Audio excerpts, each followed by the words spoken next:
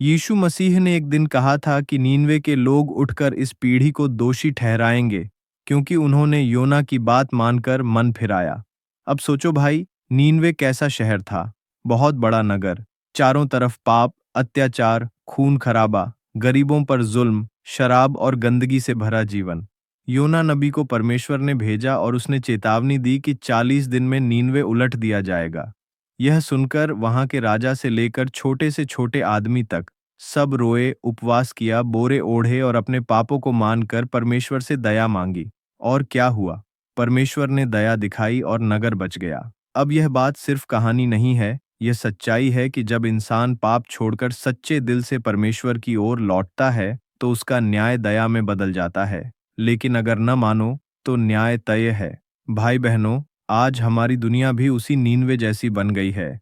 झूठ, लालच, भ्रष्टाचार, नफरत और हिंसा हर जगह फैल गई है।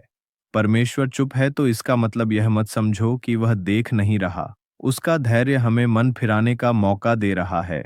सोचो, नीनवे जैसे निर्दयी लोग बच गए, तो हम क्यों नहीं? अगर हम आज अपने पापों को मान लें, गलत रास्तों को छोड़ दें और परमेश्वर की ओर लौट आए, तो उसकी दया अब भी हमारे लिए खुली है। लेकिन ध्यान रखना, यह दया हमेशा तक नहीं है। बाइबल कहती है कि एक दिन आएगा जब न्याय का दिन खड़ा होगा।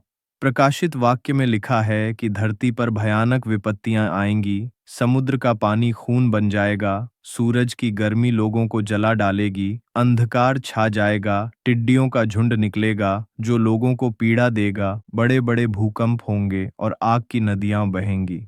और भाई, ये सब सुनकर मत सोचो कि ये बस प्रतीक हैं। बाइबल बताती है कि 7 मुहरें खुलेंगी, हर मुहर के साथ कोई बड़ी घटना घटेगी। 7 तुरहियां बजेंगी और हर तुरही के साथ पृथ्वी पर नई विपत्ति आएगी। पहली तुरही पर ओले और आग गिरेगी, जिससे हरी भरी घास जल जाएगी।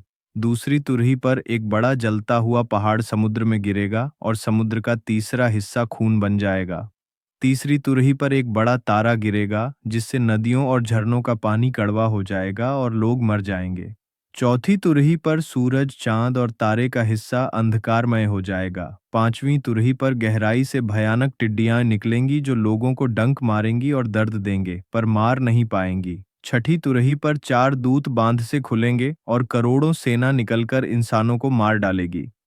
और 7वीं तुरही पर न्याय का पूरा ऐलान होगा। इसके अलावा 7 कटोरे होंगे जिनमें परमेश्वर का क्रोध भरा है। एक एक कटोरा धरती पर उंडेला जाएगा। कहीं पर नासूर होंगे, कहीं पर समुद्र मर जाएगा, कहीं पर नदियां खून बन जाएंगी, कहीं पर सूरज आग की तरह जला देगा, कहीं पर अंधकार छा जाएगा और अंत में इतनी बड़ी भूकंप आएगी कि इंसान ने कभी न देखी होगी। शहर गिर पड़ेंगे, टापू डूब जाएंगे और पहाड़ तक गुम हो जाएंगे। यह सब लिखा है ताकि हम पहले से चेत जाएं। आज परमेश्वर हमें प्यार से बुला रहा है, नरमी से समझा रहा है। वह चाहता है कि कोई नाश न हो, बल्कि सब मन फिराकर जीवन पाए। लेकिन अगर हम जिद करेंगे, तो आने वाला दिन ऐसा होगा जिसमें आंसू और पछतावा ही बचेगा। इसीलिए आज चेतावनी सुन लो, अभी मौका है, आज ही मन बदलो, क्योंकि कल का कोई भरोसा नहीं।